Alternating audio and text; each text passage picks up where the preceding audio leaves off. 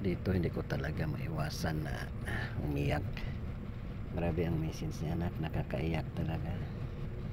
At hindi ako nag-expect kasi na magsulat siya sa akin sa graduation.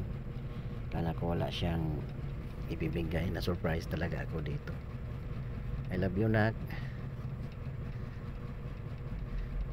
Very much appreciated talaga, nak, ang effort mo, ang sulat mo.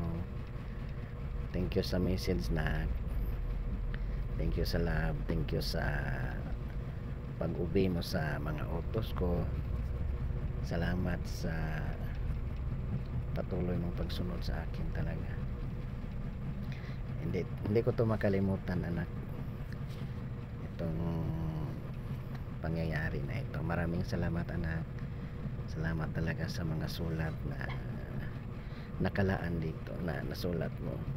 Tago sa puso ko ang saya ng aking nararamdaman. Love you, nak. God bless you always.